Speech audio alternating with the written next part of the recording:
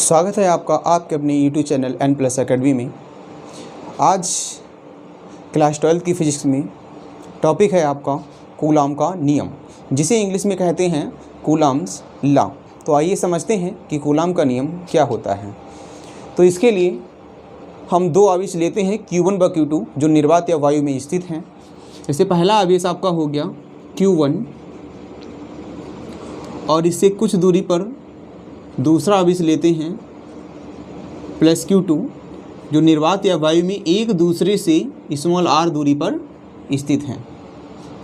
अब इनके बीच जो बल कार्य करता है वह बल होता है वैद्युत बल। अब वैद्युत बल आकर्षण भी हो सकता है, प्रतिकर्षण भी हो सकता है। यदि ये दोनों आवेश धनात्मक होंगे तो इनके बीच प्रतिकर्षण बल कार्य करेगा। यदि ये दोनों आवेश ऋणात्मक होंगे तब भी इनके बीच प्रतिकर्षण बल कार्य करेगा। यदि एक धनात्मक है दूसरा ऋणात्मक है तो इनके बीच आकर्षण बल कार्य करता है। तो आइए समझते हैं इसका नियम क्या है। देखिएगा, किन्हीं दो स्थिर बिंदु आवेशों के बीच लगने वाला वैद्युत बल उन दोनों आवेशों की मात्राओं के गुणनफल के अनुक्रमानुपाती तथा उनके बीच की दूरी के वर्ग के व्युत्क्रमानुपाती होता है। तो देखिएगा, हमने बताया इस नियम के अनुसार किन्हीं दो स्थिर बिंदु आवेशों के बीच लगने वाला वैद्युत बल आकर्षण या प्रतिकर्षण बल उन दोनों आवेशों की मात्राओं के गुणनफल के अनुक्रमानुपाती तथा उनके बीच की दूरी के वर्ग के व्युत्क्रमानुपाती होता है। तो देखिएगा, माना कि दो बिंदु आवेश Q1 व Q2 एक दूसरे से स्मॉल r दूरी पर स्थित हैं।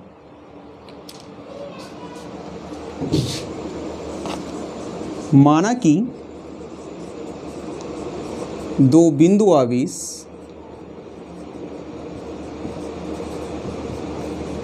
Q1 व Q2 एक दूसरे से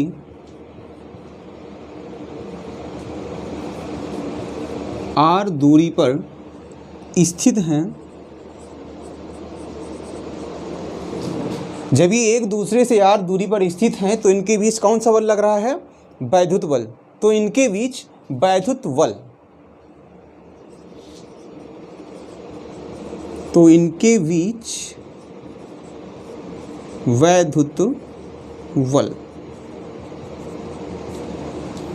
तो चलते हैं इसी नियम के अनुसार। देखिएगा वैद्युत बल कितना हो जाएगा। देखिएगा, ध्यान से सुनिएगा। किन्हीं दो स्थिर बिंदु आवेशों के बीच लगने वाला वैद्युत बल आकर्षण या प्रतिकर्षण बल उन दोनों आवेशों की मात्राओं के गुणनफल के अनुक्रमानुपाती।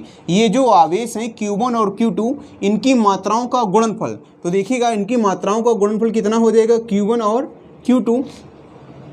अब ये क्या होता है? इसके अनुक्रमानुपाती। तो देखिएगा, F अनुक्रमानुपाती कितना हो गया? Q1 और Q2। तो इसे हम कर लेते हैं समीकरण नंबर 1।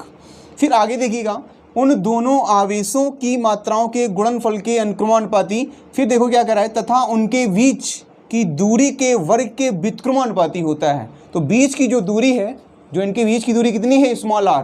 तो इनके बीच की दूरी के वर्ग के व्युत्क्रमानुपाती होता है। तो जो बल है इनके बीच की दूरी कितनी है? स्मॉल r के वर्ग के कैसे हो गया? व्युत्क्रमानुपाती होता है। तो देखिएगा समीकरण नंबर 2। अब देखिए हम क्या करते हैं, समीकरण 1 व 2 को मिला लेते हैं। समीकरण 1 व 2 को मिलाने पर अब हम समीकरण 1 व 2 को जब मिलाएंगे तो देखिए कितना हो जाएगा। F अनुक्रमानुपाती Q1 Q2 अपान r²। तो हमने इसको मिला लिया तो Q1 Q2 अपान कितना हो जाएगा? r²। अब देखिएगा, जब ये अनुक्रमानुपाती का निशान हम हटाएंगे,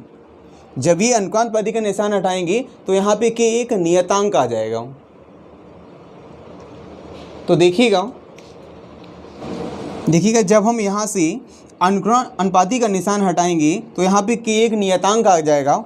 देखिए एफ बराबर, तो इसकी जगह पे एक नियतांक आएगा स्मॉल के Q1 Q2 upon R square, जहाँ के क्या है, जहाँ के एक अनुक्रमण अनुपाती नियतांक है, जहाँ के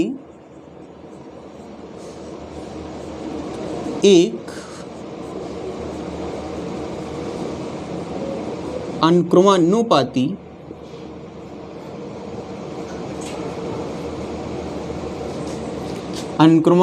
नियतांक है।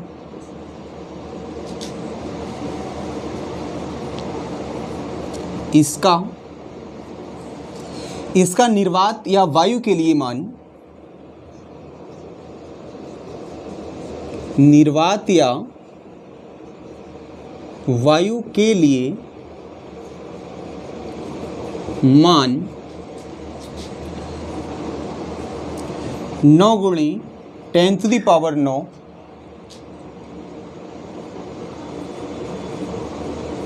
न्यूटन मीटर स्क्वायर प्रति कूलॉम स्क्वायर होता है। न्यूटन मीटर स्क्वायर प्रति कूलॉम स्क्वायर होता है।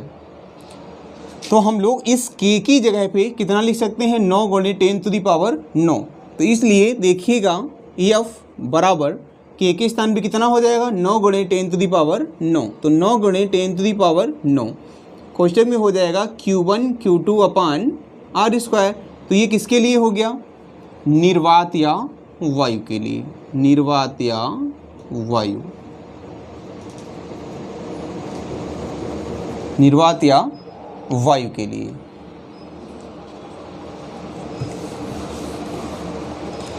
आगे देखिएगा, यहाँ प्रयोगों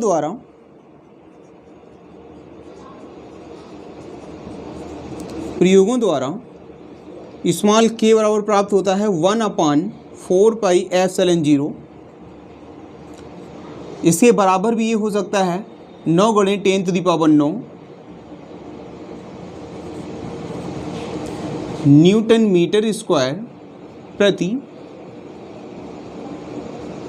कूलॉम स्क्वायर। तो हम इस के का मान इतना भी रख सकते हैं 1/4πε0। तो देखिएगा एफ बराबर 1/4πε0 into Q1 Q2 upon R square. इसी को हम कूलॉम का नियम कहते हैं। यही कूलॉम का नियम है, यही कूलॉम का नियम होता है। अगर आपसे क्वेश्चन पूछता है कि कूलॉम के नियम की व्याख्या कीजिए, तो हम यहीं तक इसे सिद्ध करेंगे। अगर आपसे कहता है कूलॉम का नियम लिखिए, तो हम केवल डेफिनेशन तक ही छोड़ देंगे। जब सिद्ध करने को बोलेगा तो हम यहाँ तक करेंगे। इससे आगे कुछ सूत्र और परावर्तनांक की परिभाषा हम इससे आगे देखते हैं। देखिएगा यहाँ ε0 क्या है। देखो यहाँ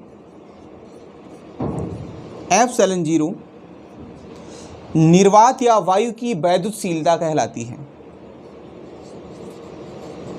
निर्वात या वायु की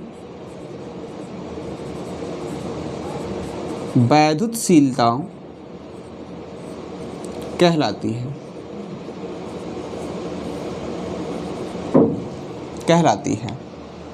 इसका मान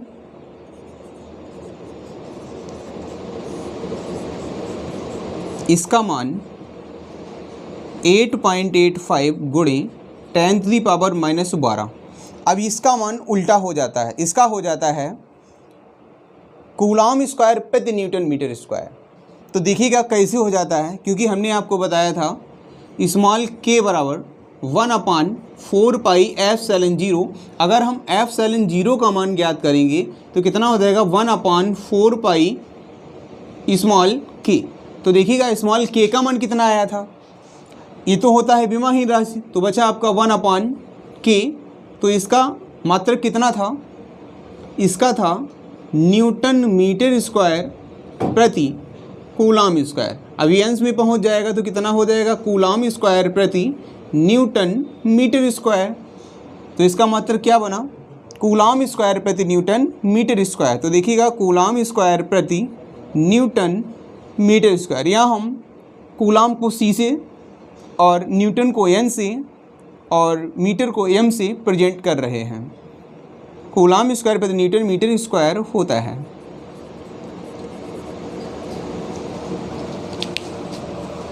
आगे देखिएगा, यदि ये आवेश किसी माध्यम में उपस्थित हो तो देखिएगा यदि आवेशों के बीच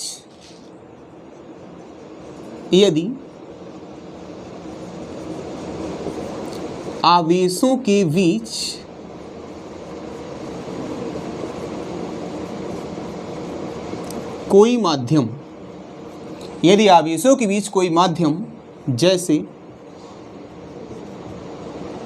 कांच,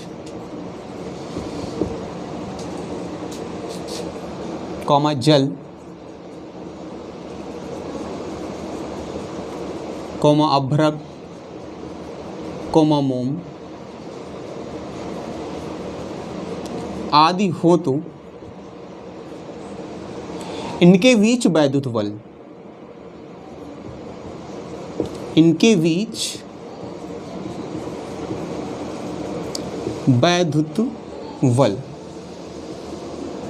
तो देखिएगा इनके बीच वैद्युत बल कितना हो जाएगा F बराबर 1/4πε0। यहाँ पे एक कैपिटल K जिसे हम बोलते हैं परावैद्युतांक, तो आपका हो जाएगा F बराबर 1/4πε0 into K Q1 Q2 upon R square. तो ये आपका हो जाएगा समीकरण नंबर 3। तो यहाँ K क्या है, तो देखिएगा यहाँ K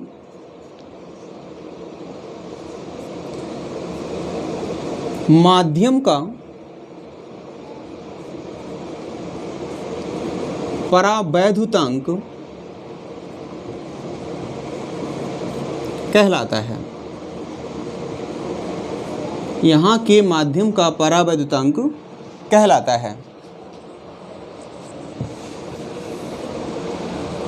अब यहाँ पे जबकि माध्यम का परावैद्युतांक कहलाता है तो निर्वात या वायु के लिए इसका मान 1 होता है, जबकि धातुओं के लिए इसका मान अनंत होता है। तो नोट कर लीजिएगा, निर्वात या वायु के लिए इसका मान 1 होता है, जबकि धातुओं के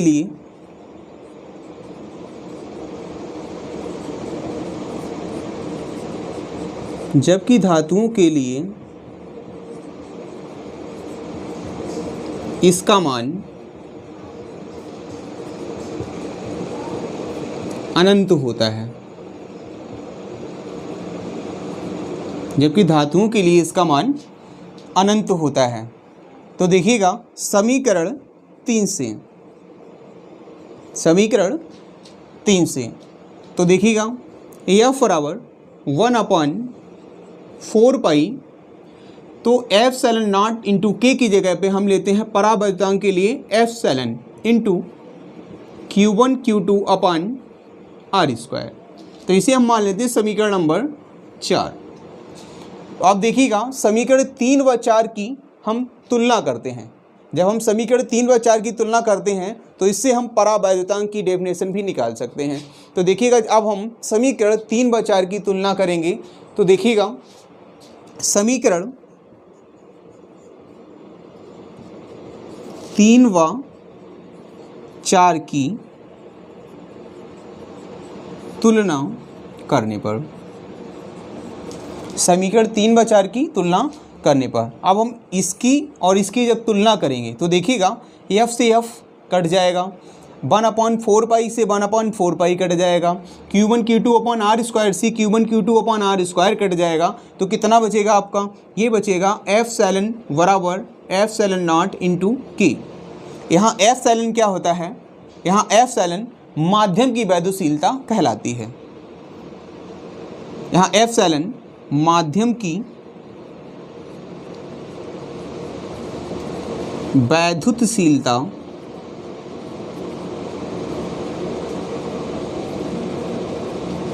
कहलाती है। अब यहां से हम इस परावैद्युतांक की परिभाषा भी ज्ञात कर सकते हैं। तो देखिएगा, इसलिए के बराबर कितना हो जाएगा, एफ सैलन अपॉन एफ सैलन नॉट। तो यहाँ से आपकी डेफिनेशन हो जाएगी परावैद्युतांक की किसी माध्यम की वैद्युशीलता। ये क्या है, माध्यम की वैद्युशीलता। तो ये आपका हो जाएगा किसी माध्यम की वैद्युशीलता निर्वात या वायु की वैद्युशीलता के अनुपात को हम लोग क्या कहते हैं, उस माध्यम का परावैद्युतांक कहते हैं। एक बार फिर सुन लीजिएगा, किसी माध्यम की वैद्युशीलता निर्वात या वायु की वैद्युशीलता के अनुपात को उस माध्यम का परावैद्युतांक कहते हैं। मिलते हैं फिर नेक्स्ट वीडियो में। अगर हमारी ये वीडियो आपको पसंद आई हो तो लाइक करें, सब्सक्राइब करें एंड बेल आइकन को दबाना ना भूलें, जिससे हमारी प्रत्येक वीडियो आप लोगों तक पहुंचती रहे।